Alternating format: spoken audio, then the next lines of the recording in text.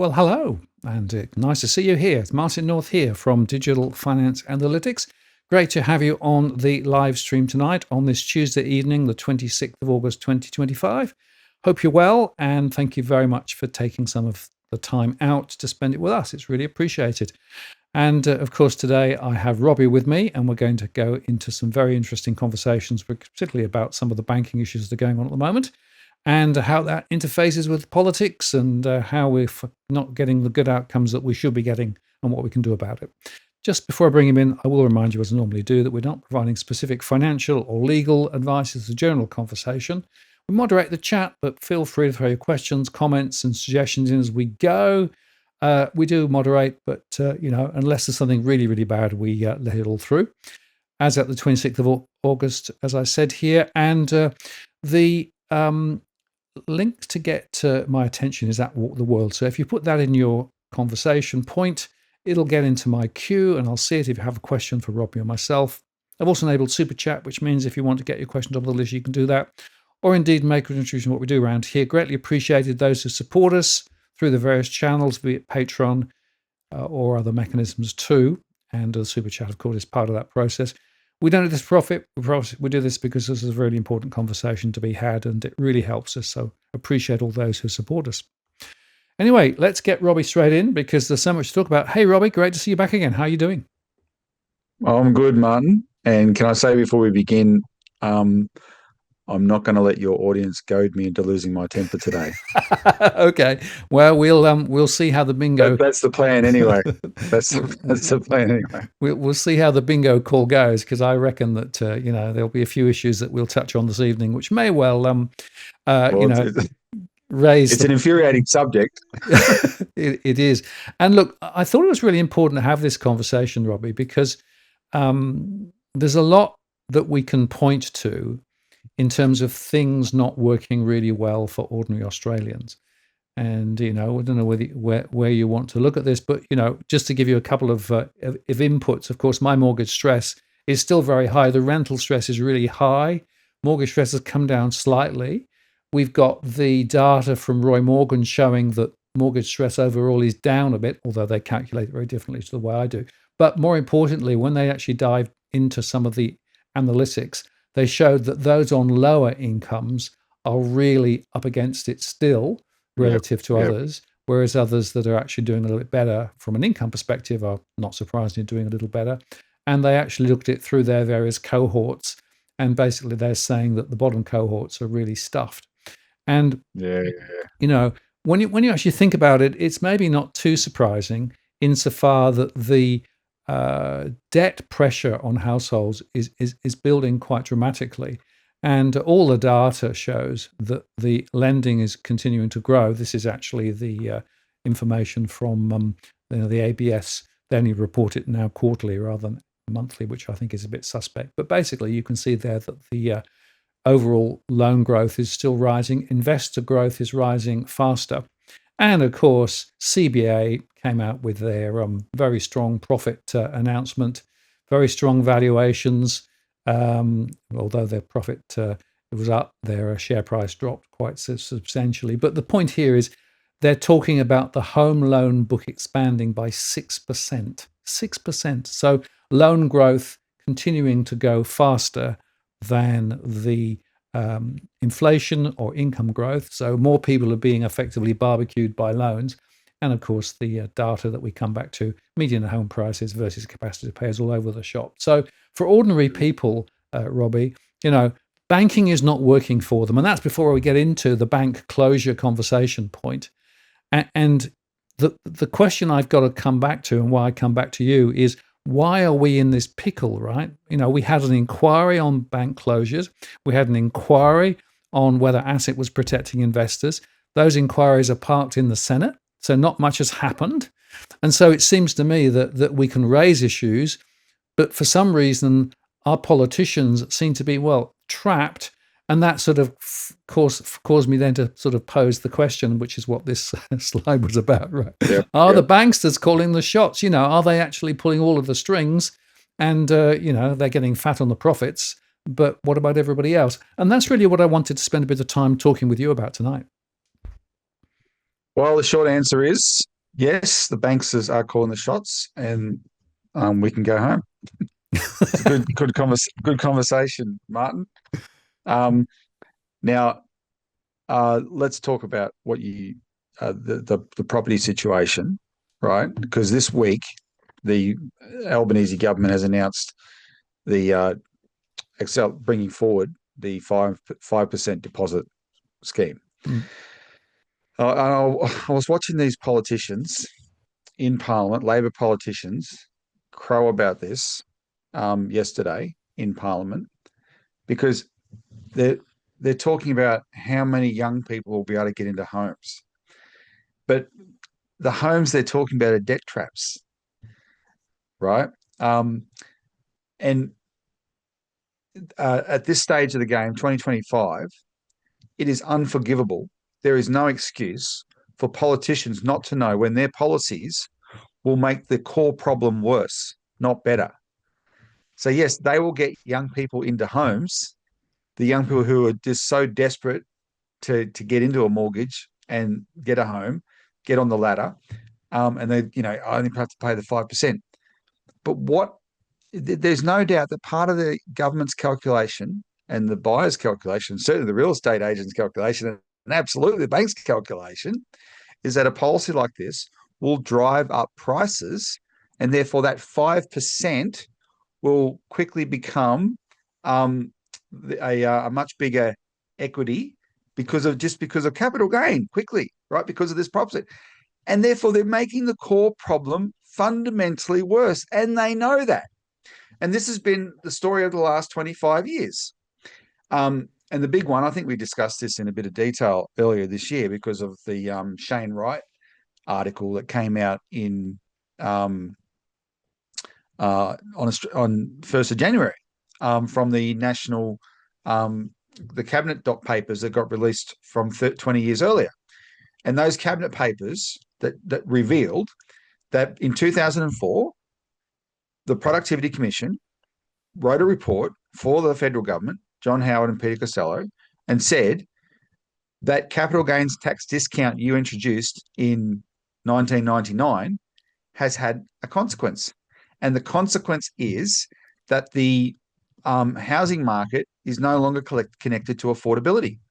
There's been it has incentivized such a great increase in investors, and you showed the investors on that chart there, and the investors are rising again faster than home buyers.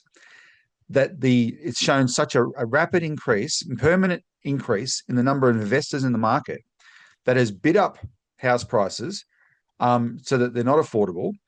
That has forced out prospective first home buyers, so now they're renters, and so that's made the rental market bigger, and that's bid up those prices as well. And this happened so quickly, there's no way the housing market could have kept up with it. And I made a controversial post on the weekend on Twitter about this and caused a bit of a meltdown because I made this post because I wanted to make a point that this happened. The Productivity Commission report to the Howard government was before high immigration. High immigration had not started in Australia in 2004 when this happened. And my controversial first line of my tweet was, immigration is not the cause of Australia's housing crisis. Now, I made the point, of course, when you look at the maths today, immigration is certainly making it worse. That's not an issue. But you take immigration away and we still have this fundamentally broken housing system because of government policy that started, and we've gone through this before, the root cause 98 when they took land out of the CPI, and that was the Reserve Bank and the Howard government. That meant that as real estate went up, it didn't register as inflation. That meant the Reserve Bank could keep dropping interest rates and keep fueling it. That was a fateful decision. Capital gains tax. My understanding about the capital gains tax decision, by the way, the 50% discount, it had nothing to do.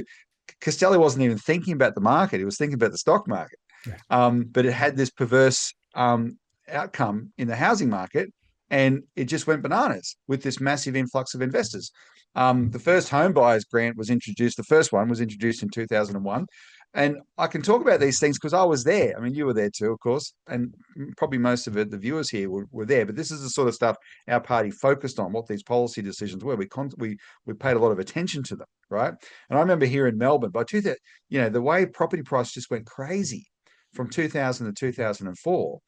And I think, I don't know if even the COVID jump actually was as fast as the increase from 2000 to 2004. It was such a massive increase in house prices. And this is anecdotal, I know, but it's anecdotal because I lived in Melbourne. I'd never seen so much construction in my life. Yet I was being told it's because there wasn't enough supply of housing. That was no, and the Productivity Commission belled the cat. It wasn't lack of supply of housing. It was what they had permanently done to the market with this massive influx of investors. Now, where did the investors get their money from, Martin? They got them from banks. Funny, right? Yeah. This was a massive boon for banks, and they just haven't stopped feeding at this trough ever since. And every time there's a slight chance of a market downturn, when the government thinks about that, they're not thinking about the homeowners, they're thinking about the banks, right? The banks are so exposed to this one asset class that, and they should have gone down, they should have gone under in 2008, but they were propped up by things like the tripling of the first home buyers grant and the government guarantee on their overseas borrowings. But that was what we started to see was at every stage, the government's prioritized the welfare of the banks. And so here's Albanese now there's been, since what I talked about, there's been this roller coaster of the market. And every time there's a dip, there's another government initiative to prop it back up, push it back up. And who are they thinking about? The banks. And so here's Albanese now. He's bringing forward this policy, crowing about how many young people are going to be brought into the market. Yeah, that's wonderful and good. That's going to happen. But what it's going to do is make the market fundamentally worse because it's going to make it more unaffordable, which has been the constant outcome of all these. And it'll allow the banks to lend to. That's why CBA can make that prediction of 6% mortgage growth, right? They know with policies like this, they have a lot more borrowers now because they only have to pay the 5% deposit. And the conclusion from the housing market, yes, the banksters are in charge. Yeah, and it's just worth highlighting, isn't it, that the average new mortgage being written is now a lot longer duration. The average mortgage size is a lot bigger than what it used to be. And that's why now we've got 50% of income servicing the mortgage, quite a normal situation now, where it used to be 20 to 30%. And it's fascinating to me, Robbie, that a lot of the banks are saying, we don't see any problems. We're not having a lot of people defaulting. But when you actually look closely, what they're doing is they're actually extending the elastic further and further. And I've sort of termed now this as subscription housing, right? What this basically means is that most people will never actually pay off their mortgage, right? So whether you're actually renting or whether you're actually mortgaging up, you will continue to be a cash flow for the bulk of your life. And that's particularly true because with affordability being so off the scale now, people are forming houses and households a decade later than previously, which means that they are tending to take their mortgages now into retirement as well, which is creating its own problems. And so we've got this debt machine that seems to be perpetual motion for the banks, but it's at the cost of everybody else.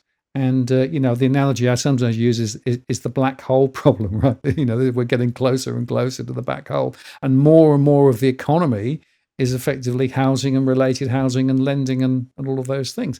And the winners, clearly, in all of this are the banks. They are the lenders. Yep. And, we've got big banks that essentially are big building societies. And as I've highlighted before, and we've spoken about before on this channel, there is now a greater proportion of lending going on housing relative to business. If you go back 20 or 30 years, it was completely the other way around. There was more lending going to productive businesses rather than unproductive, inflating housing prices. And then the killer here is as inflation drives house prices higher, they can lend more. As they lend more, their balance sheets expand ever more, which means that they have more capacity to lend even more. So it's got a perpetual motion machine built into it. So whichever way you look at it, this is not a good situation. Now, there's two other observations. The first observation, and I'll just share this little slide because I think it's quite fun. Everything that pushes demand up must make affordability go down. Isaac Newton's theory of repeatedly failed housing policies, right? Which I thought was quite fun. But the other thing is, this isn't just an Australian problem. The point I want to make, and in fact, there was a little bit of a comment earlier on I saw from referring back to the World Economic Forum and other the international players. The point is, there is a fundamental philosophical viewpoint underpinning this that effectively means that we are seeing this in many Western countries and other countries too. And if you look carefully, it's the feelers and the controlling mechanisms of the financial system that have expanded and expanded and expanded. And we sometimes call this neoliberalism, whatever you want to call it. Yeah. But the financial system isn't working for ordinary people in many countries. No, the financial system is disconnected from the real economy. It's disconnected from the physical economy. It's disconnected from the needs of people. So it serves itself, and it's run by a class of technocrats who serve a billionaire class, and they're doing really, really well. Thank you very much out of this system, right? And they're definitely not going to change it. In Australia, remember when we talk about our big four banks, never forget that they are now all majority foreign owned. So there's always a statistic cited about how I think it's something like 25% of the shares are held by Australian super funds, and they say, "See, these big profits are benefiting you because they're going to your super funds."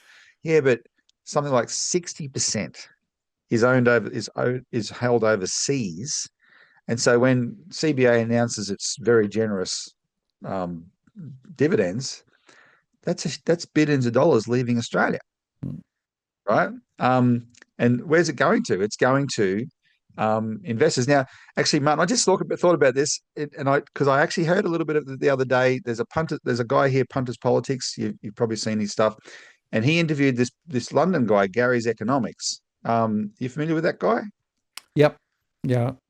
And I was struck by what he was saying, what Gary's Economics was saying about how these uber rich who just make all their money from assets, they hold assets, and they've got so much money, all they can keep doing is accumulating assets, right? And they're just and they are devouring the earth, is the impression I got. And I'm raising that because I hadn't really thought of that before. But when we raise the WEF, when people have that slogan, "You'll own nothing and be happy," I mean, the WEF wasn't talking about communism. What they were talking about was this, what you said, is a subscription housing idea, subscription everything, right? We don't have you don't own anything anymore electronically. It's all subscription, right?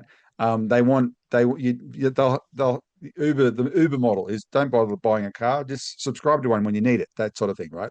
That was this idea, this futuristic utopia. But you're getting, and I haven't done any work on this, but I'm sure people have all heard about it, and some people would know more than me. But there's this massive buy up of housing by these big funds, like by not BlackRock, the other one, Blackstone, I think they call themselves. A massive buy up of that. I think in America they're becoming this massive owner of housing, and it's all buying up all these investment properties. And this is the asset rich class, devouring more assets. And it's the nature of their system, right? It's got to keep devouring, and it's just eventually it's going to devour everything, and we'll be back to where I think we're always going to end up, and in a sense we're there now, which is not. It's feudalism, right? We're heading towards feudalism, where corporations and the people who run corporations and the big investors, the billionaires who own the big corporations, they are the feudal overlords, and we're all serfs in one way or another to that system. What's his name? Friedrich von Hayek thought socialism would lead us to this, but ironically, it's the neoliberalism that he unleashed that I would argue has led us to this feudalism that we're talking about. Because what it did is by denying the legitimacy of government involvement in the economy, people accepted, oh well, the private sector is going to take up all these functions, and by taking up all these functions without any government role and no mechanism for competition with the government, they've just become this this unaccountable bureaucratic nightmare, forcing the economy to suit their interests at the expense of all of us. And of course, the banks are at the top of that pile. But you look in Australia, everywhere you look, every sector of the Australian economy, and I point this out to people all the time. And I was talking to a minister of the Tasmanian government this morning. We were discussing this, and he absolutely agreed with me because of his own experience. Everywhere you look in the economy, especially in Australia, but it's we're not that out of step with the rest of the world. The economy is completely concentrated in a handful of corporations in each sector, completely concentrated. And once upon a time, the way we would handle that and make sure it didn't happen is you would have a government player. The government didn't own everything, but the government had a presence in it. You had a government bank, you had a government airline, you had government insurance companies, right? And they kept the private sector honest. In fact, our Prime Minister acknowledged this on 3AW in 2023 when he was talking to Neil Mitchell. He announced that he wouldn't have sold the Commonwealth Bank because you need a public bank to keep the private sector a bit honest. That's the way he put it, right? But his party did sell the Commonwealth Bank. And so we can see in the banking system what the consequences have been. But this is happening everywhere. And yeah, it's a system out of control, and it's headed for disaster. And it's a self-inflicted disaster because it can't help itself, because it's built on this precept that came in the 70s and the 80s that the only obligation corporations have is to their shareholders to maximize profits. And we should talk about this with bank branches, but because of that precept, they've financialized to this crazy degree, and they've ignored the consequences. The guy in our office who reads the papers every day and briefed us this morning, he was pointing out there's an article in the press today about an analysis of the rare earths sector, because the Americans are doing all this hand-wringing over the fact that China monopolizes rare earth production. And it's true, China does, but America used to. And the point of this article is to show America used to. America had the monopoly on rare earths because America was the best at everything. But the people, the corporate overlords who run America, decided that the millions of dollars, even hundreds of millions of dollars from rare earths production wasn't profitable enough.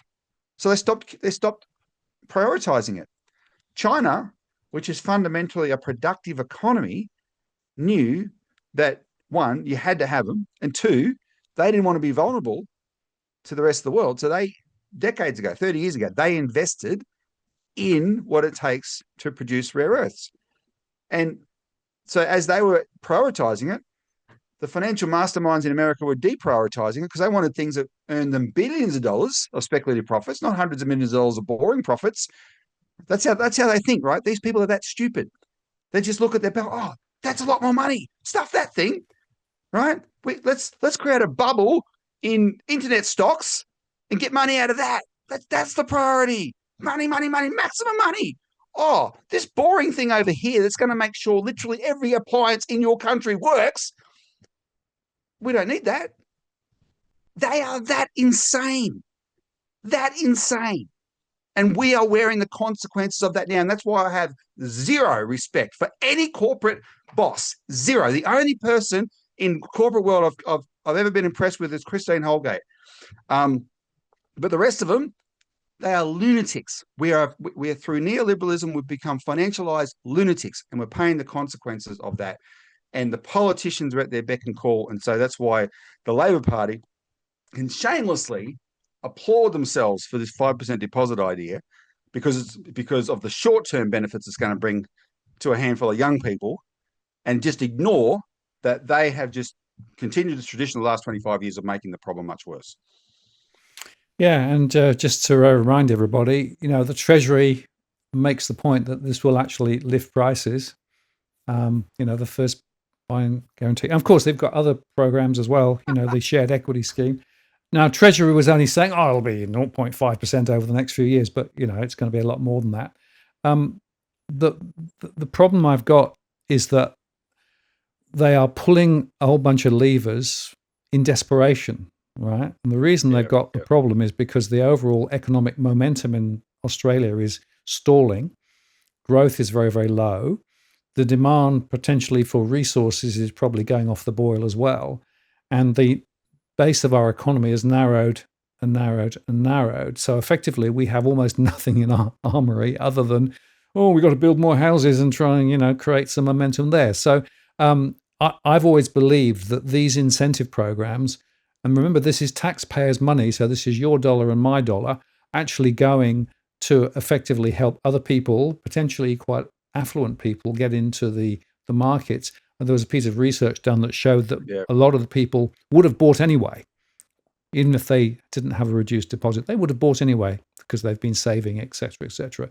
But the people who really need the help are below the threshold and won't be helped at all by this program. And in fact, it'll make it worse because it's going to lift prices even higher, which means that the gap is going to be even greater. And that's the sort of the first part of the problem. The other part of the problem I've got is you mentioned this sort of large actors, these big commercial entities around the place hoovering up. In the UK, there's a really interesting debate going on at the moment because, of course, we have very high migration coming into the UK, but we've also got a lot of migration through boats and other illegal means coming into the country. And they've been housed until quite recently in hotels. Now, those hotels are getting a lot of bad flack at the moment. And it's now appearing that what's also happening is some of these large corporations have been buying up cheap properties up in the northern part of the UK and have been effectively offering the government multi-occupancy possibilities in those houses for those asylum seekers.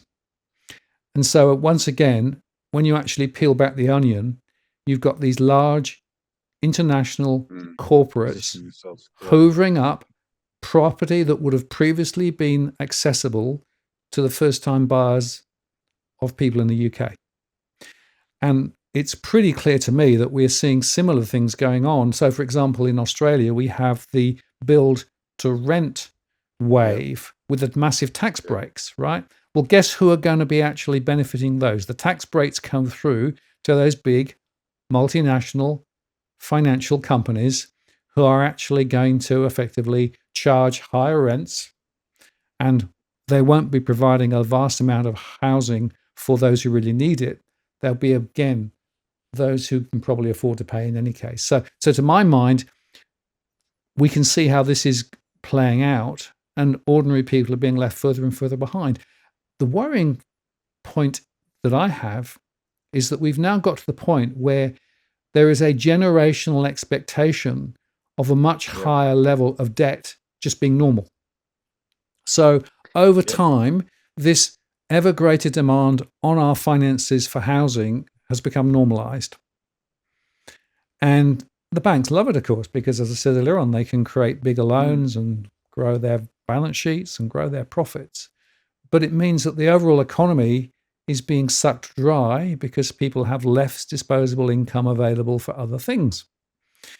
And every time they pull the lever and sort of say, well, we'll provide a bit more of a leeway for more people to come in, I call this performative politics. This is no more than sounding as though they're doing something to help when they're not.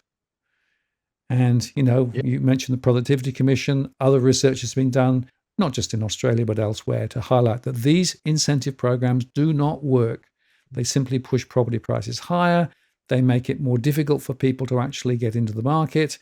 And whilst there are a small proportion of people who can benefit at the taxpayer's expense, the overall debt level of the government continues to rise, which will then cause, well, guess what? We then need to see Chalmers saying, well, we've got to find other ways to try and actually square the circle. So why don't we raise some superannuation, and why don't we think about other things like property taxes or, spare room taxes and those sorts of things? Because the government is now backed into a corner where it's having to fund more and more of this housing sort of support mechanism from taxpayer funds. Taxpayers are already being taxed to high heaven, and now they're looking for other tax strategies based on assets. And I have a real problem with that because we're fundamentally, again, shifting the conversation about where we're going to find. And then the final point I want to highlight, Chalmers has now been talking about the intergenerational problem that's been created. And I believe that what we're seeing from our politicians now is an overt attempt to whitewash people by trying to blame the older Australians against the younger Australians. So it's not the government policy over the last 40 years that you mentioned earlier on. It's those greedy older people who've got these assets that they're the problem. We've got to actually tax them harder to try and actually restore balance. Yeah. The politicians are now, frankly, well, telling us porkies, I think. But what they're doing is creating intergenerational tensions in the process. So, to my mind, it's another excuse. And I've seen those intergenerational tensions expressed. Not that long ago, actually, I was in a Zoom conversation consulting with a couple, and it was a political conversation, and there was a reason both of them were on the conversation, and they were expressing their frustration at how hard it is to buy a house in Sydney, and they are a professional couple. And then the conversation went to their anger at their aunt or their great aunt who lives alone in an apartment or a house somewhere in Sydney, and it's a large residence, and she lives alone, and she's lived there for 50, 60 years, and they can't get a house, and they're looking at what she's got, and they were expressing how envious they were, and more than envious, that how unfair it was that she had that and they can't get something. And I remember about 5 years ago, Martin, I was visiting Sydney, and I had to catch up with an acquaintance of mine who worked in the city in finance. And when I got there, they were just about to have a presentation by an investment banker, and I was just asked to sit in on it. And this investment banker was talking about the future of the the accommodation problem, and how they needed to address it by forcing these elderly people out of the homes that they'd always lived in. And you know how elderly people think, right? So they've lived in their home, but they've raised a family in that home, and it's still their family home, and it's somewhere for the grandkids to come. I mean, my grandfather had a 3-bedroom home or whatever in Western Victoria, and that was the focal point for the extended family. Where do we get together? At his place, right? And yeah, plenty of days in the week he was just him there alone, but plenty of time he was there with that. That's the cultural thing, the cultural mortar that binded us all together. Right, was our focus, the family focus, and at that particular place. This is how culture works. And these investment bankers, just looking at numbers, are saying, "Oh, the way we'll have incentives, we'll have taxes and whatever, and we'll force these people out of their homes that lived in for generations, and then they can make way for younger people and whatever." And it was sounding great to them on paper, their scheme, and they would have had some way to make profit out of it. I'm sure that was part of the pitch. I just remember thinking, you people are bastards. You're so out of touch here. You don't actually want to solve the real problem, right? You don't want to address this housing issue in an orderly way. Because if you addressed it in an orderly way, you would go back to what used to work. And we've done a lot of work on this. I think you did a show with Elisa, my wife, about this back in the day when we actually built proper public housing, right? And it was a major part of the state government's responsibility. And for a long time there, it was funded by the Commonwealth Bank. The Commonwealth lent to the states, and the states build the housing. And in a state like South Australia, the Housing Trust of South Australia was the biggest property developer in the state, and it turned a profit. Its ongoing operations didn't cost the South Australian taxpayer a cent, and it provided. And as it's one of those things, you do the research and you highlight these stories, and then people who benefited from those systems come forward and say, because they hear it, they say, "Yeah, I lived in that." Right? This is how it affected my family. And we stopped doing all of that. Right? Now, when you have a proper, healthy public housing sector, it's a dampener on house price growth, as it should be. And that's the other thing you just said then, Martin, that generationally people have become used to the idea of high debt. And they've also become used to the idea of rapidly growing asset prices as if that's the normal. And it shouldn't be the normal. And then think about this. It just occurred to me when you were talking. In 2001, when John Howard felt the need to introduce the $7,000 first home buyers grant, the original one, what was the ratio of housing to income then? It was about 4-1. What was the actual need? Like, where was the political impetus for that? Where was the urgency? What was the crisis driving that policy decision? That it wasn't any, right? Not by today's standards, at least. 4-1. Everyone could afford to buy a house. That's why the grant was so low, only $7,000. By 2004, the grant was useless because housing had become so expensive. The 7,000, it had doubled in price or whatever. The $7,000 barely touched the side of what the first home buyers needed. But that's what set us off. And now people are expect high debt, high incomes, and consequently, because the banks are focused entirely on that, what we don't have is productivity, and that's one of the that's part of the context I'd like to talk about the banks and branches, because what are the banks doing when they're shutting down all these branches around Australia? They're increasing their paper productivity, i.e. their profits for their outlays, at the expense of Australia's productivity, right? All these small businesses have to go much further to do their banking because the banks don't care about serving them anymore. They're just only caring about themselves. Also, if the banks aren't going to lend to productive industries, and they hardly do, as you cited those figures before, our friend Wilson Sy came up with that great graph about the proportion of bank lending to businesses as opposed to mortgages in the 90s, early 90s. It was 30% to mortgages, 70% to businesses. It is now totally flipped over. It is 70% to mortgages and 30% to businesses. Even though businesses are the ones that pay the employees who have the mortgages. But if you're not going to be lending to businesses, what are you doing to productivity there? Right? There's so much potential productivity in Australia. It just needs to be backed. It just needs to be financed. That's the job of the banks. They're the ones, they control the reins of credit, and they're not directing it into the productive areas. They're only focusing on the speculation in one asset class. And, it's one of the reasons we're absolutely stuffed. And it doesn't change because the government does their bidding. Absolutely, unfortunately. And I just want to highlight this idea of perpetual debt. When I survey younger households, they now are assuming that debt is the default position to be in. Multiple debts, credit cards, etc., etc. But they're assuming that that'll always be the case. And of course, it starts with the student debt. Now, okay, I quite like this. Cut your student debt by 20%, which Michael fixed it by forcing other taxpayers to pay for it, right? So that it's a two-sided street. But the point is that the whole concept here of student debt.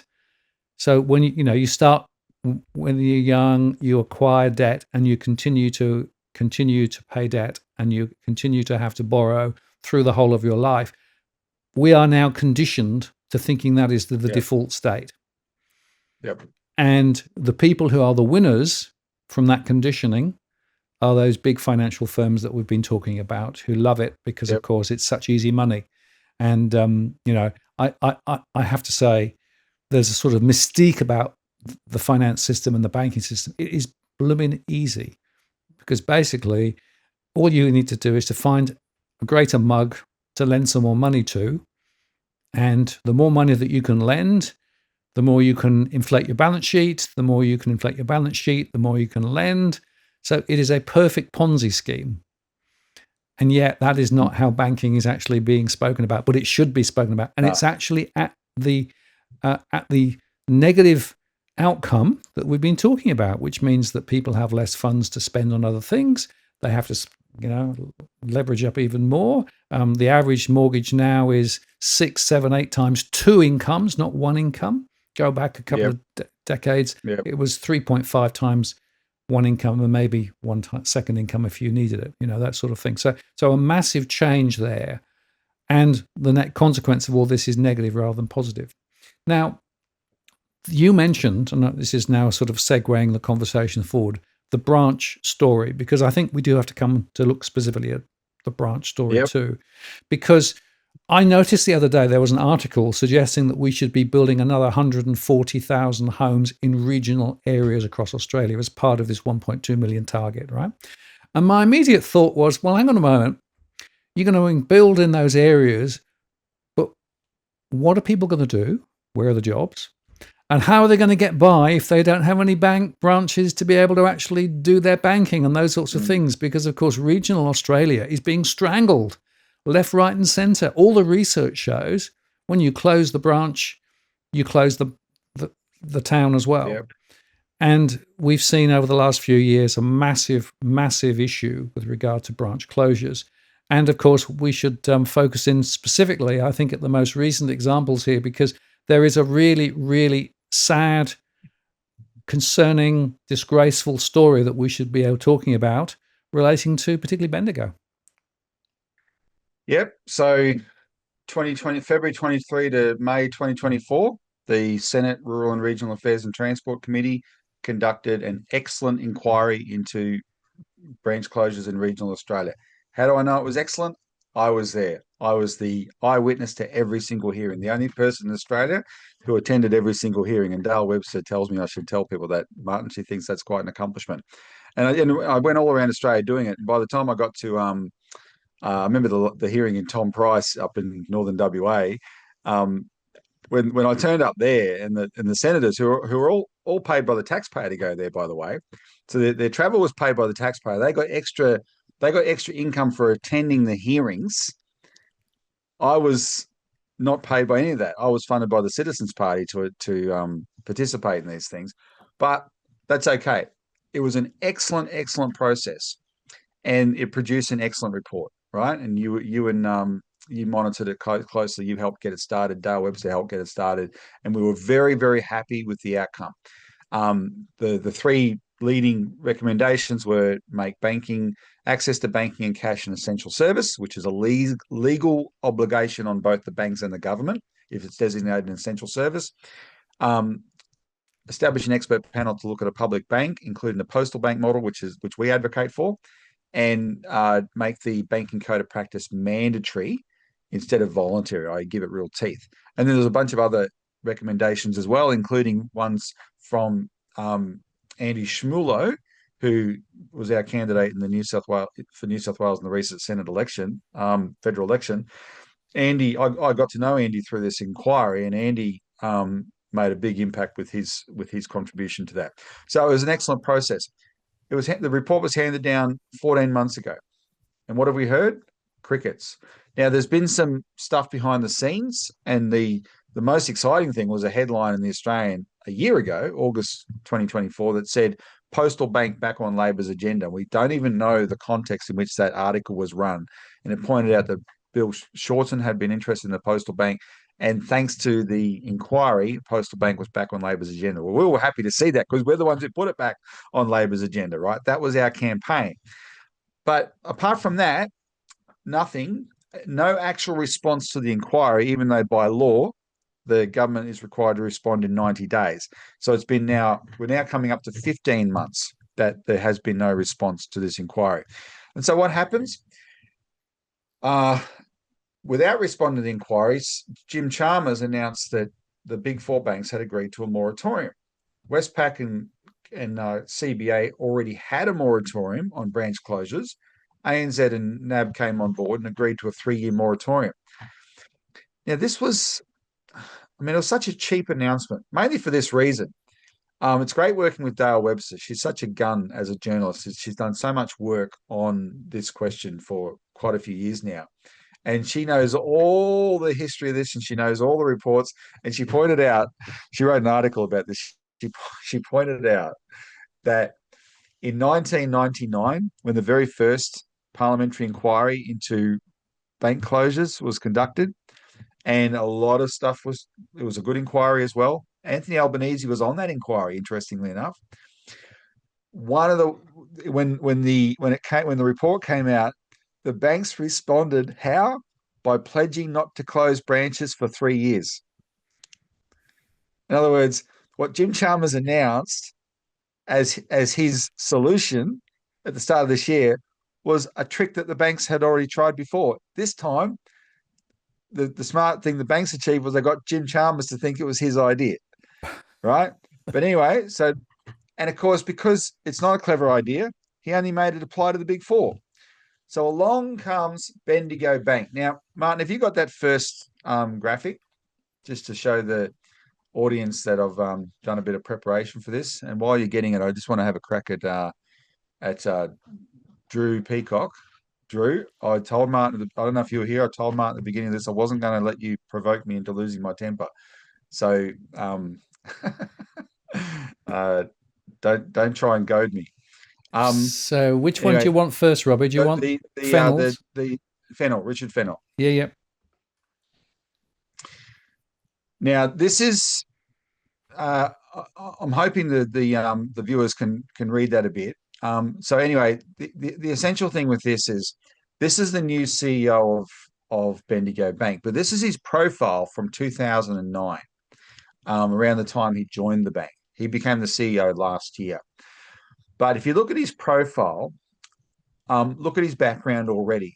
And there's two things that stand out. One, he was from PwC, PricewaterhouseCoopers, aka part of the pinstriped mafia.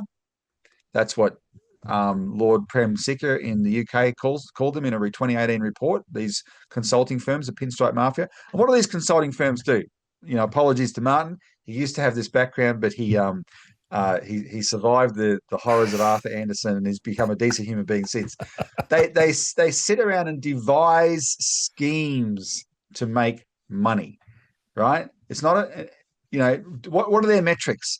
The health and well-being of the people in the economy, or money. Clearly, it's money. By the way, did you see Martin Deloitte got caught out using AI to the government? The Australian government's paid them millions of dollars to write a report on robo calculation of welfare or something. Yeah, that's right. And they use bloody AI to do it. And as usual, AI made up the references reading the report, and there's all these impressive looking references, and they're all made up because these lazy bastards at Deloitte want to just pocket the money and not even do the work for the money. Yeah. Right. Anyway. Just let me interrupt. Anderson, right? I worked in Anderson for a brief period of time. It took me 3 weeks to understand just how rotten the place was once I was there. 3 weeks, there right? You go. So from the outside, it looked like a really interesting and exciting place, and they were very interested in all the work I'd done specifically with the evolution of the internet and digital banking and all of those sorts of things. And so they were quite excited to have me, and I was quite excited to talk about that stuff. But immediately it became clear that the only people that they were interested in was actually prospering their own ends, right? And they would do anything to actually do that. They would make stuff up. They would repurpose audit reports in a particular way for particular purposes, etc., etc. It was just innate, and it was going right back to what you said earlier on, because they were only interested in the commercial aspect of making money. That's the only thing they were interested in. It doesn't matter about truth. It doesn't matter about reality. It doesn't matter whether it's the right thing or the good thing for the community. No. This is about pure commercial making money. And it took me 3 weeks to work that out. And these guys rule the economies of the Western world. Yep. That they've been allowed to be in literally every process of everything, and especially government processes, right? So anyway, there's a certain type of person, it jumped out as comes from PwC, but he also comes from Richard Fennell, also comes from IBM. Mm.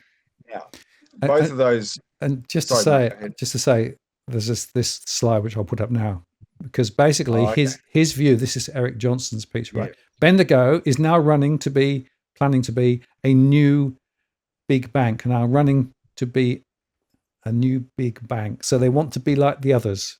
Right, that's the number one thing that he said, right? Which is amazing. Keep that on the screen, because people might see some of it. So if you look at the bottom of in the one with the larger text there, the first part. If you look at the very last line of the third column, that's about to report that it's running at 7.3% return on equity. Yes. Now, understand this. The viewers need to understand this. Australia's banks, big four banks, are the most profitable banks in the world. So, and they're running at about 11% return on equity, and maybe sometimes a little bit less. And they come down a bit from what they were a few years ago. I think they got to 16% and whatever. But anyway, nevertheless, they're still the most profitable bank in the world. The big four banks in Australia make more profit than the banks in the UK, which is a much bigger economy. So that's 7.3% of Bendigo. That is actually normal by global standards, right? It's just a bit lower than the big four banks here. But talk about expectations and conditioning like before. People are conditioned to accept more debt, expect higher, returns on like property going up. In Australia, we're conditioned to expect our banks to make mega profits. And so this guy Richard Fennell gets away with saying the 7.3% is not enough. Is that a profit? Yes, it's a damn profit. Does it cover their cost? Yes, it covers their cost, right? Oh, but that's not enough. We've got to be in the league of the big banks. And of course, how's he going to do it? Well, he's in the middle of this big structural adjustment, and the branch closures are part of that structural adjustment. And I suspect with his background at IBM, he had this. He was planning to do this all along, right? Let's go force people to go digital, and he's talking about digital only. Like they've got a whole new computer system now where everyone can make deposits digitally and just have a totally digital engagement with the bank. And we're going to be the new big bank. And as part of that, and this is really crucial because this shows you how they don't care at all.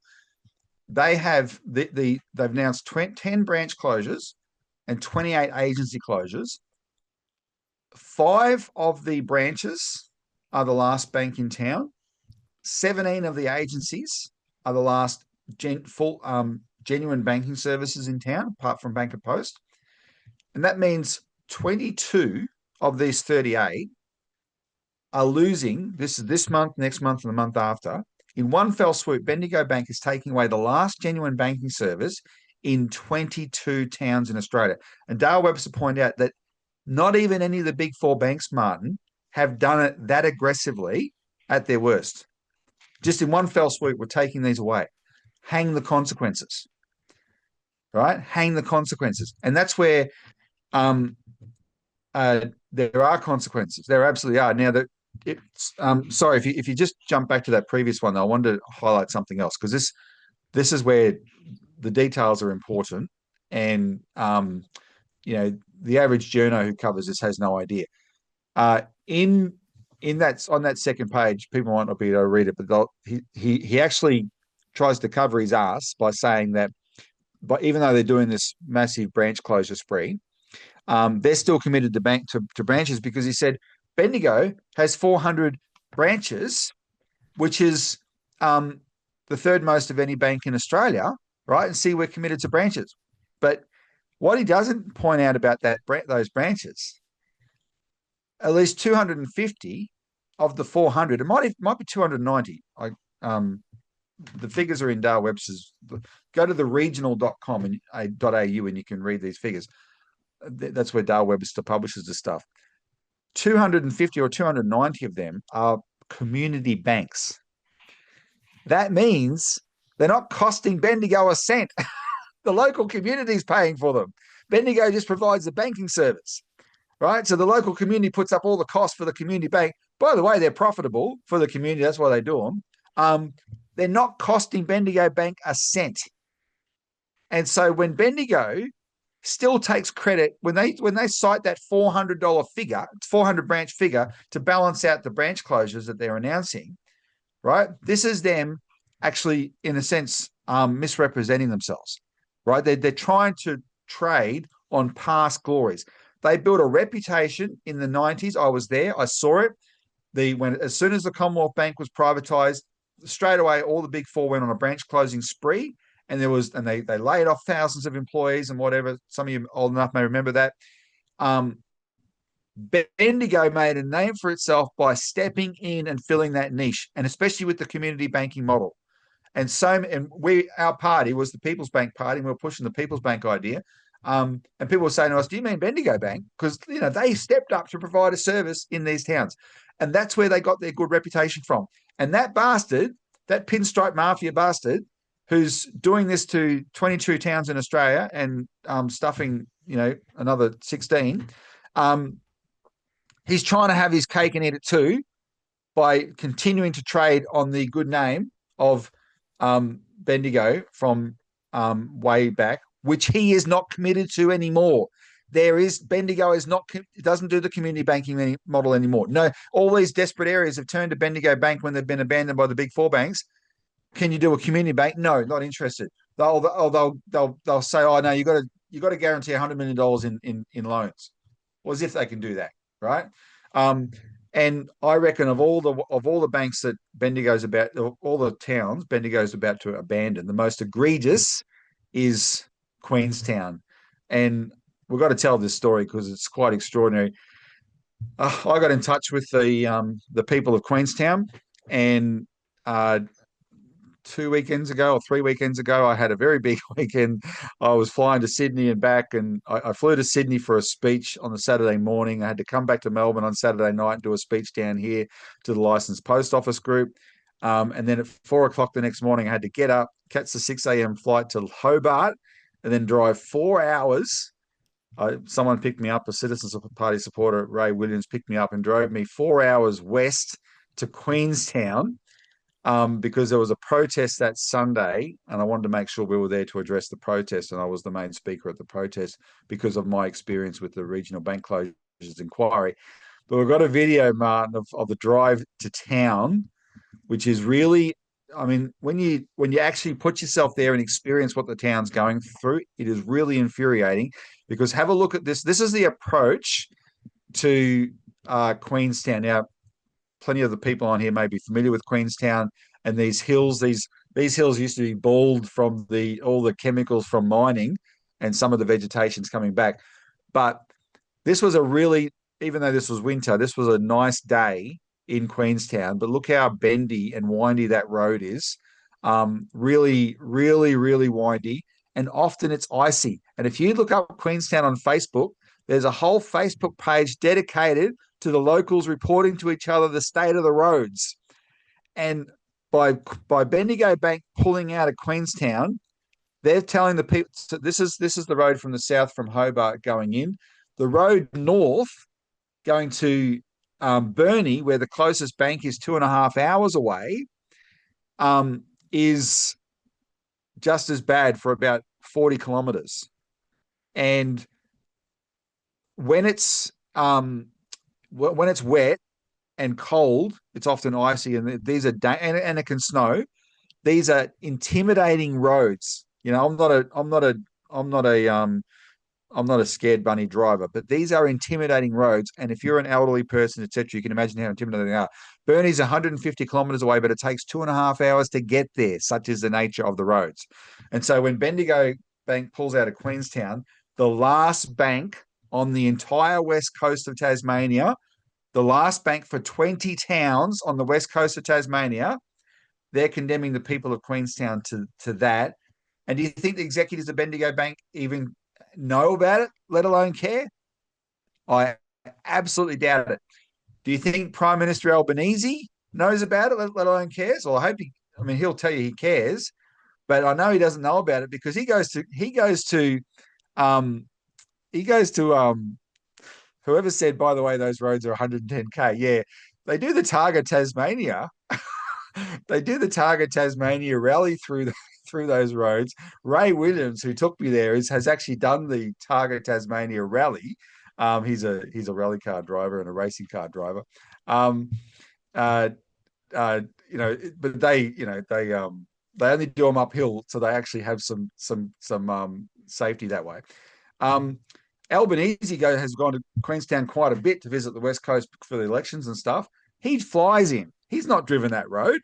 I drove it 30 years ago with Elisa for our honeymoon when we got married in October. We've been married 30 years this year. So in October 1995, we drove around Tasmania for our honeymoon. It was really, I had remembered the roads from then, but going back on them, realizing that, hang on, now the people just to do their banking are condemned to that, right? And these people don't give a stuff about what they're doing to the locals. Now, that's bad, but there's an alternative. And can we have a look at the video, please, Martin. All right, so we don't have audio for this, but I took this video. This is TikTok style. I hope all you people are my fans on TikTok as well. You may as well get on there to watch Robbie's rants. So there's the Bendigo branch there, just a little shop front in Queenstown, and that's the post office. Look how magnificent that's directly across the street. There's Ray, my driver. I'm a Citizens Party candidate down there, Ray Williams. That's directly across the street from the Bendigo branch. And if you look back at the building, they're only using 1/4 of it. Down the bottom, half of the bottom floor is in use. The rest is empty. It could make a magnificent postal bank. Now, that green building there, that's the Hunters Hotel. And here's what I love about Queenstown. King O'Malley, the founder of the Commonwealth Bank of Australia, represented Queenstown in the Australian Parliament at Federation. He used to stand on that balcony talking to the voters in the street below about the need for a government bank for Australia, a national bank. That's where he sold the national bank to the Australian people. And that's what we're trying to do. And it just so happens that the flagship town of this campaign is the town where the Commonwealth Bank had its genesis. And look at that beautiful post office. There's my mate, Ray. That post office could serve the whole area. But then I since discovered something else. Those 20 towns, Martin, that only have Queenstown to do their banking in, they all have a post office. If we had a postal bank in Australia, every post office in Australia could provide full service banking and stuff what the private banks want to do. And I'll tell you what they will do. They'll come back in because they will not be able to afford to let so many potential customers go to the bank that's going to serve them. And that's one of the beauties of a postal bank. But that's what you're dealing with. And there's a few things that's come to a head there. One is the intention of this pinstripe mafia and these gangsters who've taken over the banks to just force us to the shift to digital banking and so that they can make maximum profits. And the second one is the lack of intention by the government to actually do anything. And it's epitomized by Albanese and Chalmers sitting on their hands for 14 months. And because of that, Bendigo Bank knew that they could go along and announce these branch closures without any consequences. That's what you're dealing with. Yeah, it is remarkable, isn't it? When you think about the history of Australia and the way that Australia thrived through that regional network, supported by the local bank and the local community, the local post office, all of those things, that was part of what made Australia as prosperous. And of course, a lot of the wealth of Australia is in those regional areas. It is.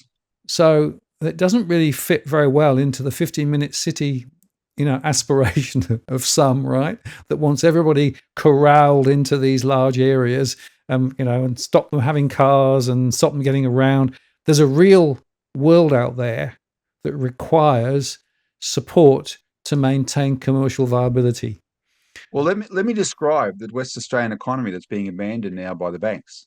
I mean, Bendigo's the last one, right? But all the banks have abandoned. This is the West Tasmanian economy. Actually, Martin, this is a really good example of the Citizens Party supporters who are so invested in this campaign.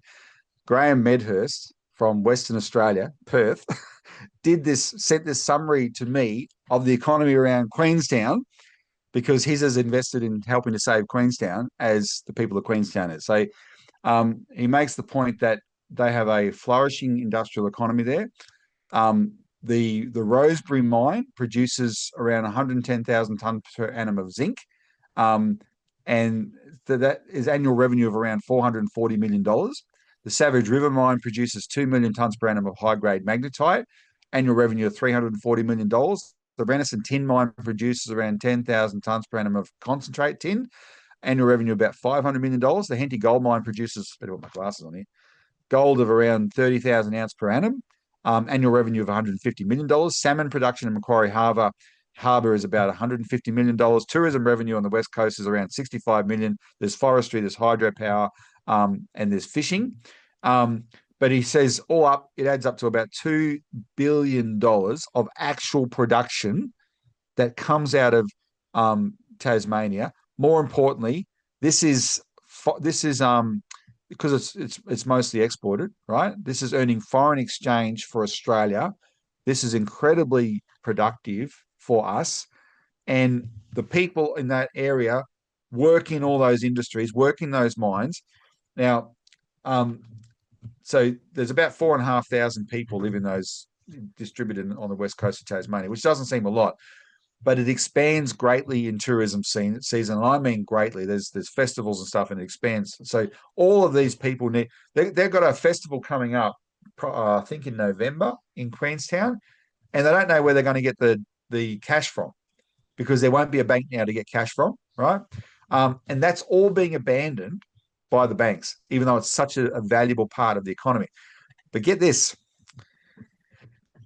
I've learned, Martin, there's three types of politicians. There's the evil conspirators who are selling us all out. There's politicians who really care and are trying to stop it and really want to serve their community, and they're a minority. And there's a third type of politician who can be pushed to do something about these things, but only for the political gain. They're only interested in the political gain.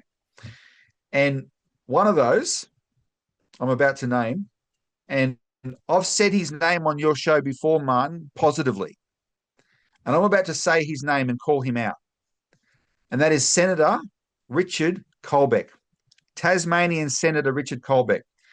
Now, before I met Richard Colbeck, my only experience of him was when he was the aged care minister during COVID.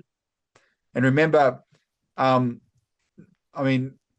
was political blaming. I don't care about the political blame game, right? Labor made hay about the deaths on his watch in aged care. You remember that he performed really poorly in Parliament in trying to answer these accusations, and he looked like a real deal. But you learn in politics. Certainly, I have. You can have a view of people from what you see on the media, but it's always a caricature, and you've got to be open to the possibility that they're different. So my direct experience was in the branch closures inquiry, because he participated in probably about half the hearings, and as he participated, I saw that he was getting with the program, responding to what was laid out to him, and actually, you could see it in his questions. They were more incisive, right? He was really putting the banks on the spot, and he did some good work. By the last hearing in Tom Price in Western Australia, I said to him, I don't mean to sound patronising, Senator, but you've gotten better. And he goes, well, when you start an inquiry like this, you're a bit of a blank slate. And then as you learn, you actually start to see what's going on. Because I knew when the inquiry started, all these senators were giving the banks the benefit of the doubt. By the end of the inquiry, they weren't. They were scathing, because they saw that they'd been gaslighting the whole country, claiming that people didn't want branches anymore. And if that was true, why were so many people coming to these hearings, right? Anyway, that was while the inquiry was on. It's now 14 months later. His state is in a crisis. Half of his state is about to lose its last branch. He has done and said nothing. Absolutely nothing. I've been trying to contact him. Absolutely nothing. And this is a politician who can only respond in the heat of the moment. He is not fundamentally motivated by a care for his community. That's the biggest problem in Parliament in Australia. It's not the minority who are just evil ideologues, who are just, there's not that many of them, right? But there's some real bastards in there. It's this set that just play politics for the game. And so, they had the power of government to be able to act, and they refused to act. I do want to compliment, unfortunately we missed Jared Rennick. He lost his seat at the last election, but Jared is the guy who got up that Senate inquiry. Jared was there to make a difference. In Tasmania, the minister in the Rockcliffe government, Gavin Pearce, is the state member for that area. He was the federal member before this 2022 election. He got elected to the state parliament in this last Tassie election.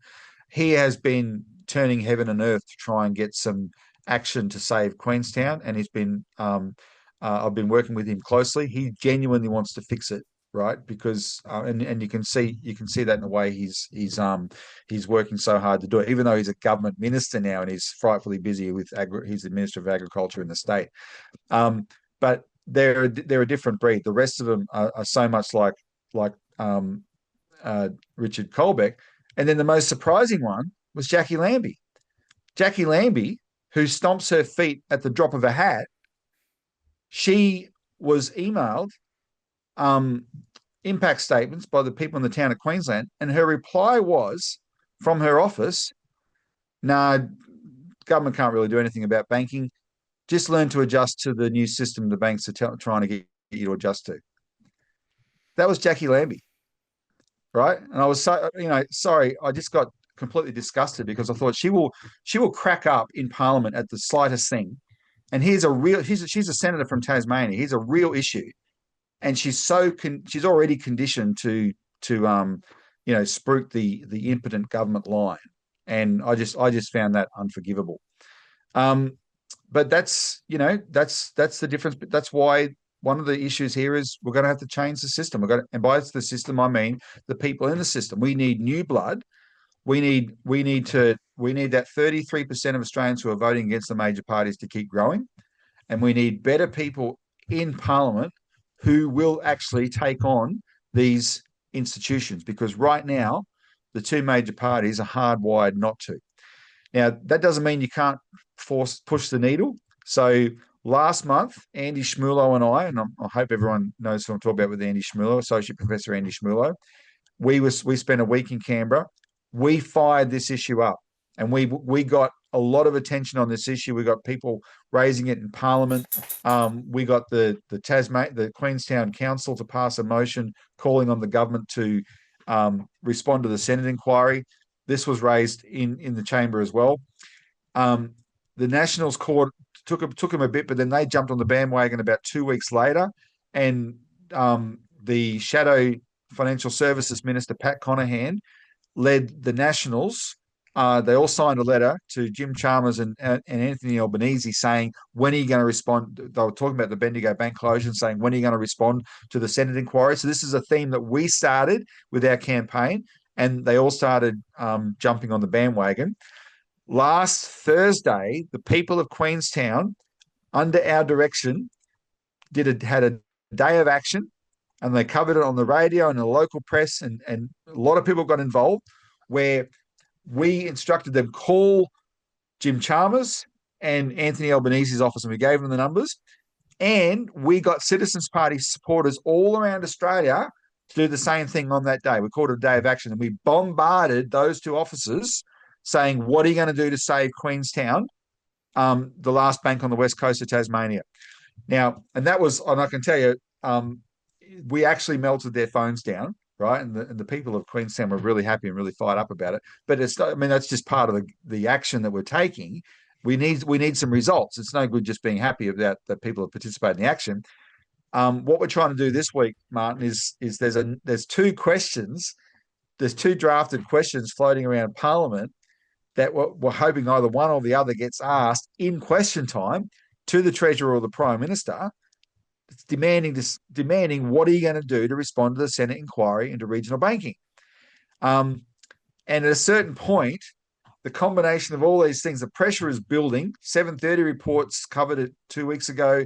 ABC in Tasmania covered it last night. A lot of print media has covered it. There is pressure on this issue. Bendigo Bank apparently is complaining about the bad press that they've been receiving. And I said to the people of Queenstown, do not take this outcome as a given, right? There is, with the right pressure, and the pressure needs to be on the government to pressure the bank.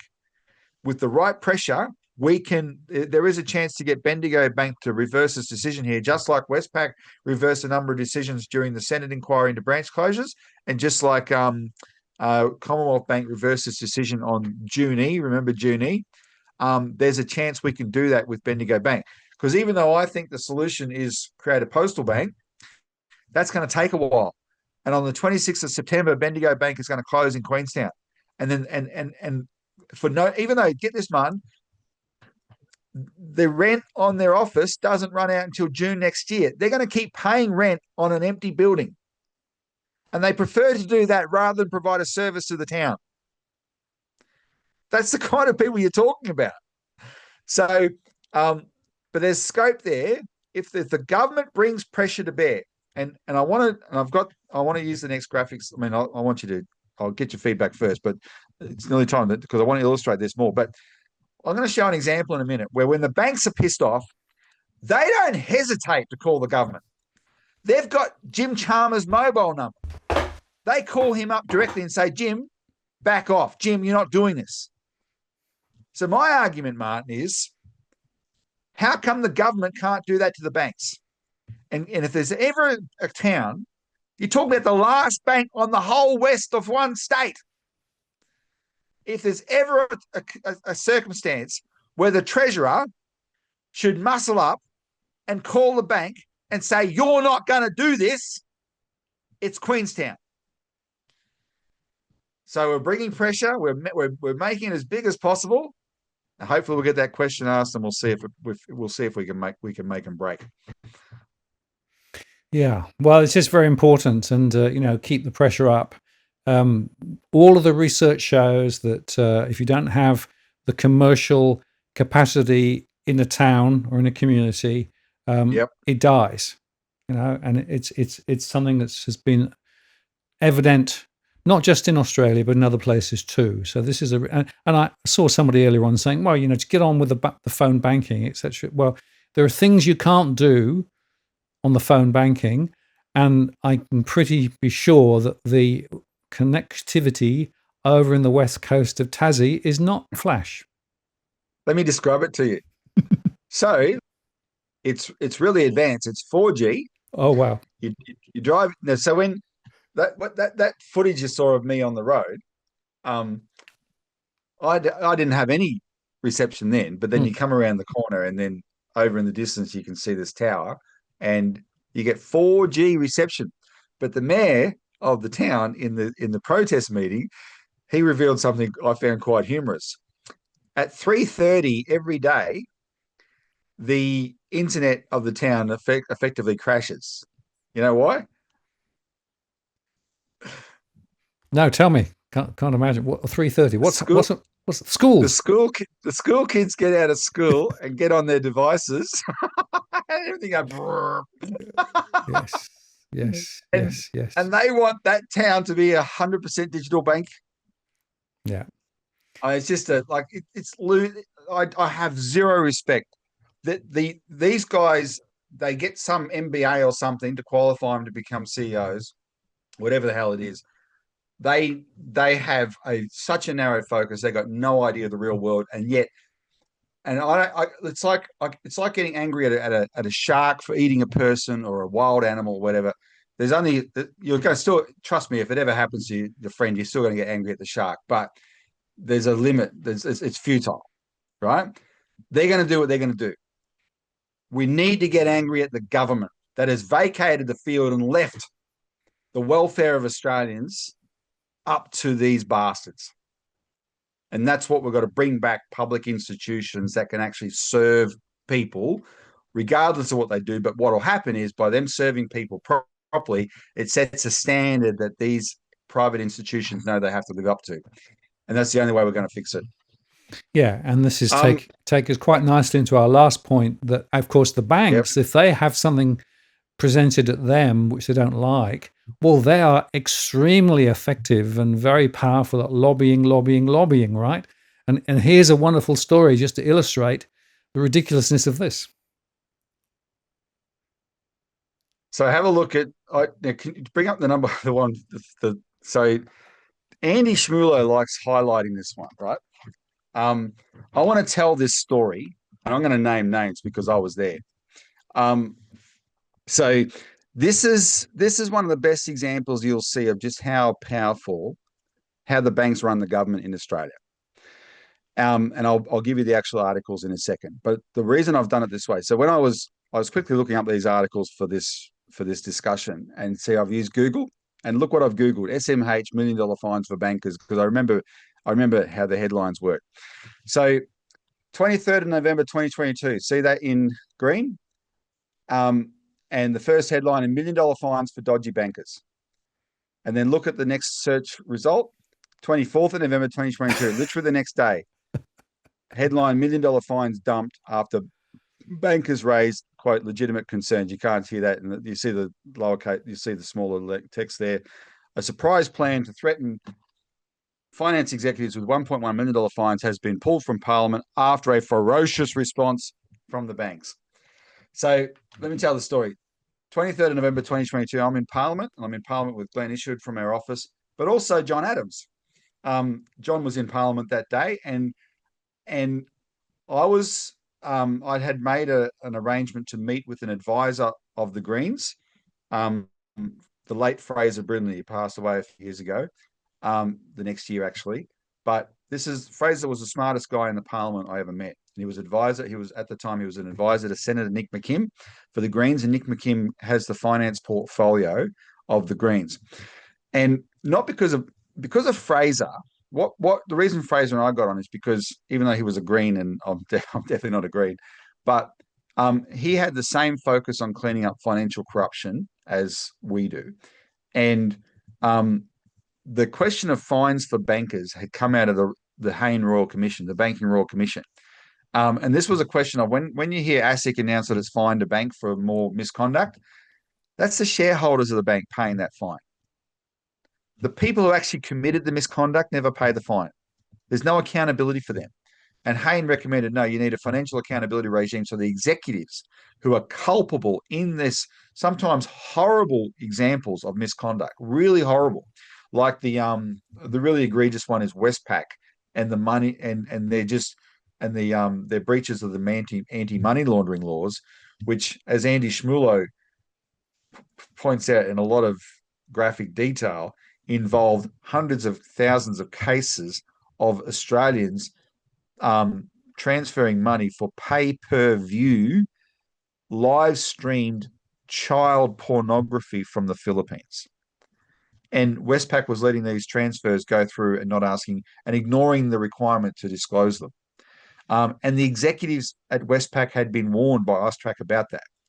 And so that's an example where those executives who, when this was later found out, Westpac paid a $1.9 billion fine. It was a huge fine, and they deserved it. But the shareholders paid that fine. What happens to the executives? Nothing. And so Hayne had said there needs to be accountability for executives. So remember, the Hayne Royal Commission report came down in March 2019. Remember the footage of Justice Hayne and Frydenberg at the table, Yes. and Frydenberg wanted to shake his hand and Hayne wouldn't smile at all. I mean, I always think Hayne was looking to the future, knowing what a dog's breakfast they'd make of this. That was 2019. This was in 2022, 2.5 years later, that they were finally getting around to pass it. And the only reason why is because Albo got elected, and the Greens, he needed the Greens vote on something. The Greens said, well, you got to pass this. Right, and Albo agreed. So, but then what? So if you can bring up number one, and if you look there, I've highlighted in yellow there. The Greens won government support for the changes, which will be added to the legislation before Parliament early next week. So this was all set in stone. And I really like this Nick McKim quote. He said, we're really happy to have secured $1 million fines for dodgy bank executives. I mean, you know, when you finally push the government to do the right thing, right? Of course, you're going to be happy. But then what happened the next day? You see on the next page. No, sorry, this one. Yeah, this one. The very next day, $1 million fine. Oh, sorry, before I go back to that. So I'm in Parliament and I sit down with Fraser, and John Adams was in the discussion, and Glenn from our office is in the discussion, and Fraser was jumping out of his skin. He was exuberant. He said, we got it. He's showing me on his phone, we got it. He's showing me that headline from the Sydney Morning Herald. We got the $1 million fines for bankers. I'm going, congratulations, mate. Good on you. Right. This is excellent work, etc. And then the very next day, if you can go to that next headline again, the very next day, this was the headline: $1 million fines dumped after bankers raised legitimate concerns. And what happened? The CEOs of the major banks and Anna Bligh called Jim Chalmers and said, you're not going to do this. And actually one of their reasons that they pitched to Jim Chalmers was if bank executives have to pay $1 million fines to be held accountable for misconduct, we won't be able to attract the talent we need to run the banks. I mean, their excuse was effectively an admission that they're all a pack of crooks and they attract crooks to run banks. And this was a high bar of accountability, by the way. This was not someone who is a bank executive and doesn't know what's going on their watch. There was a high bar of accountability. This is people who, like in the Westpac case, had been repeatedly warned by the relevant people that they had a problem and they ignored it. Those are the guys that should have got fined in the Westpac case, right? That's what it applied to, not people who didn't know, you couldn't prove they knew anything underneath them. It was a very high bar, but that wasn't good enough for the banks. And they pull rank on the government. And this is what I want people to understand. The banks pulled rank on the government because they have more power than the government. And they've got power over the political parties through their donations. They've got power over the economy because they control the credit of the Australian economy. And in early 2019, just after the Hayne report was handed down, and the intention of the government, and the government said, yeah, we're going to implement these recommendations. And the first big one was responsible lending laws. The banks went on a credit strike in Australia. And suddenly it was really hard to get credit because the banks held the economy to ransom because they didn't want those laws.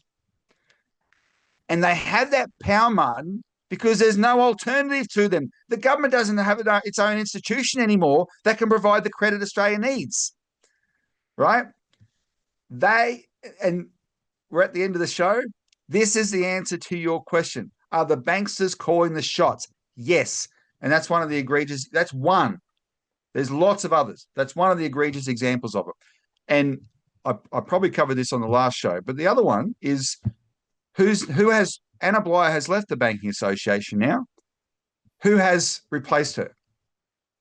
A senior Liberal politician, Simon Birmingham, the former finance minister in the Morrison government.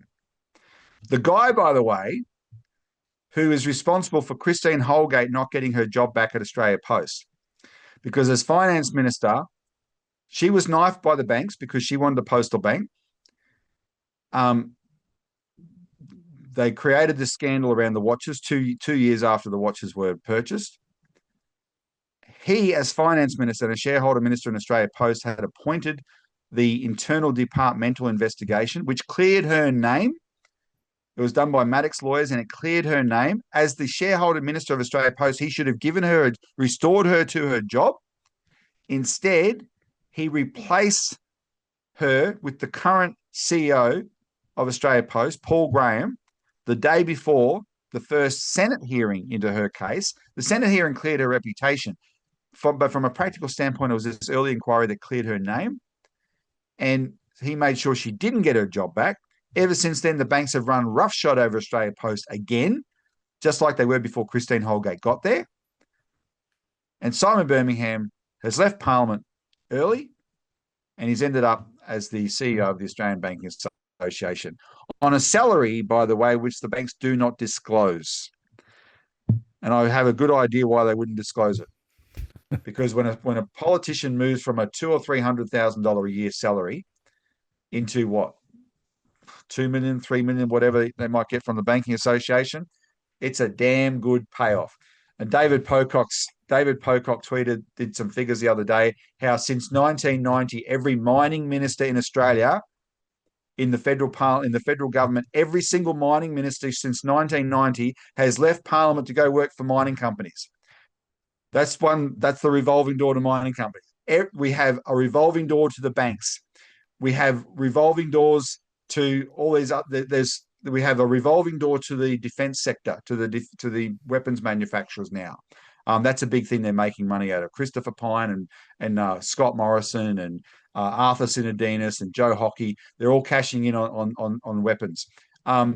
This is how corruption happens in Australia. The payoff is after the event, right, when they leave office. And in Birmingham's case, this politician has now joined the Banking Association. And yeah, that's why, and I come back to it. There's one thing that'll take down the power of the banks more effectively than anything else, and that is bring back a government bank, because it's the competition. It's a bank that can be the tool of government policy to make sure that credit is provided to the economy, regardless of what the private banks do, right? And it's a bank that can set standards in the economy again. That's the solution. Yep. And that's the point, isn't there? There is actually an alternative path which could be very beneficial.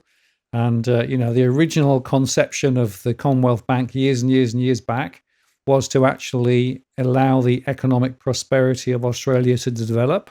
And they were plugged into the industrial development of the country and also housing as well as part of that. And for a long period of time, it was very successful. So there's an earlier show, I'll put a link below, where we went into that in some detail. And as we come into the show, I'll just make one other little comment. Did you notice that Anna Blythe on the way out diluted some of the terms under the banking code as well? So just as a passing shot, I noticed. She took out the words. I was going to say fair and balanced. Is it fairness and integrity or something? It was basically, it diluted the capacity of what the bank needed to do. They would have said, "Oh, they're motherhood statements. We don't need them." Exactly, exactly right. But the point as we come to the end of the show is, yes, the banks hold a lot of the cards, pull a lot of the strings. The politicians are relatively weak in their response because they fear the banks. And I would also add into that category not just the banks, but you could talk about big oil and big energy and all the other big players.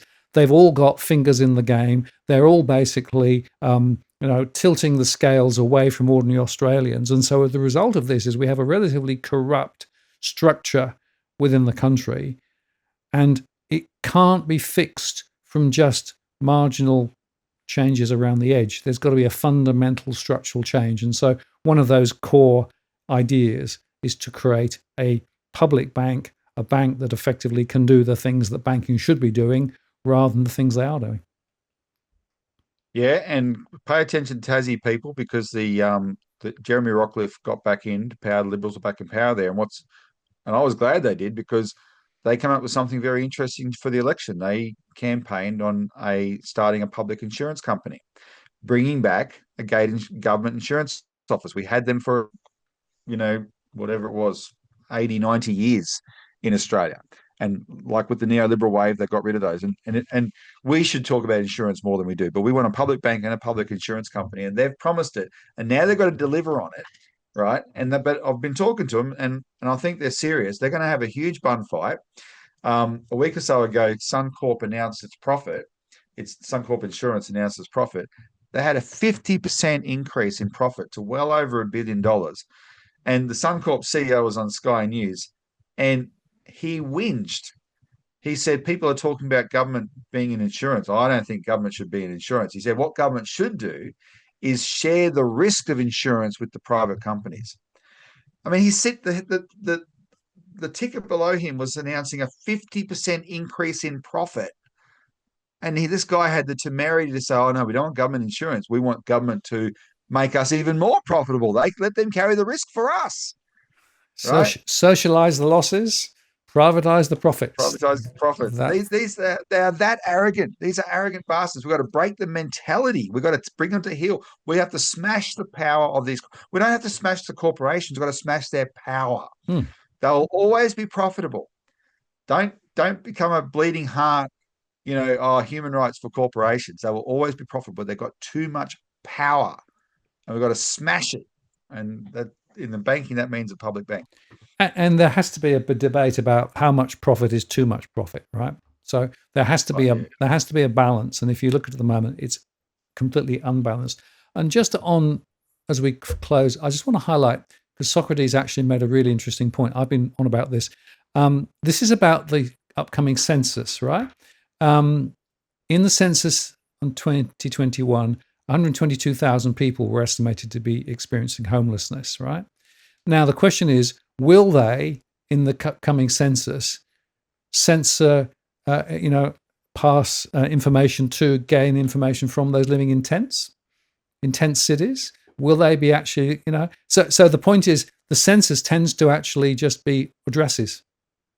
That's true. That's true. So there's a really critical issue here that we need to actually start asking the ABS. How are they going to make sure that they capture the full data on those who are homeless?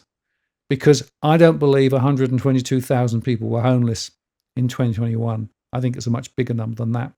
And the number's a lot higher now. So just a little sidebar issue, which I'm campaigning on at the moment. I want the ABS to tell us how they're going to actually survey the tent cities.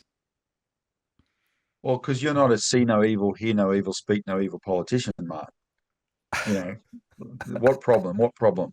Right?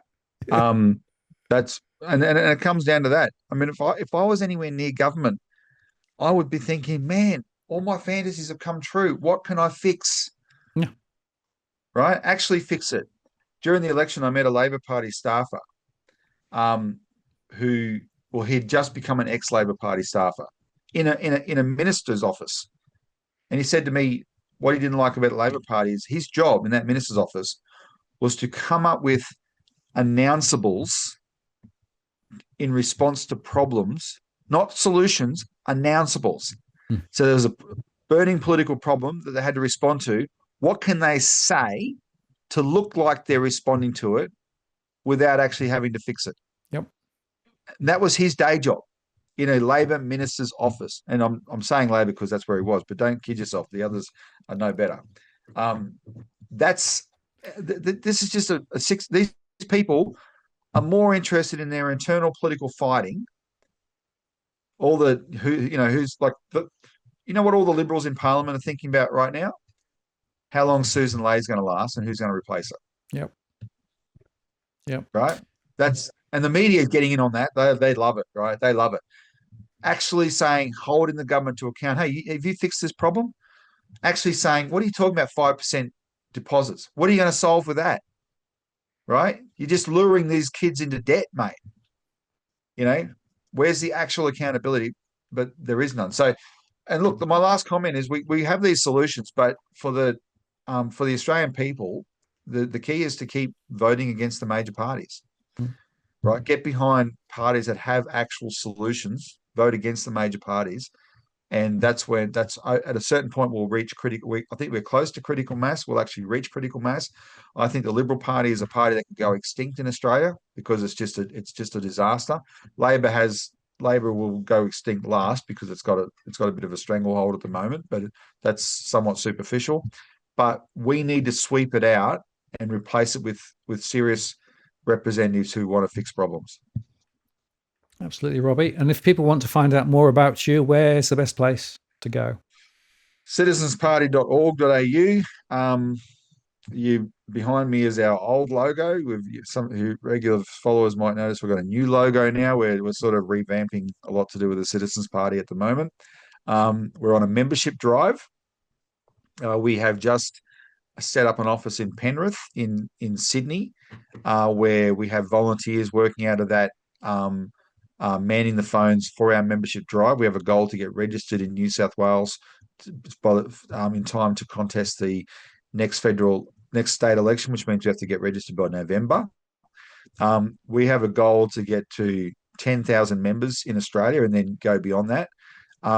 So if you're supportive of the party, you can join the party, become a member for $30. It's all available there on the website. And we do regular updates on our YouTube channel, the Citizens Report on YouTube once a week. And otherwise, you can follow me on Twitter at Robbie Barwick, TikTok. TikTok's my new favorite one. Facebook, Instagram, apparently. I post to Instagram too. LinkedIn. Try and be across all of it. Excellent, Robbie. Well, thank you very much for your time tonight. Really appreciate it. And I think you've made some really, really important points for people to understand. The point is there are alternatives, but only by actually shaking things up a bit can we actually have the alternatives come to life. But if we don't, then effectively we're going to get more of the same old, and it's going to be harder and harder for ordinary Australians and ordinary businesses to thrive and survive. And that is not the way it should be. So thank you so much. I really appreciate it. Links and things are below Thanks, if people Martin. want to follow on. And I'll look forward to getting you back on the show later in the year as well, Robbie. Keep the fight going.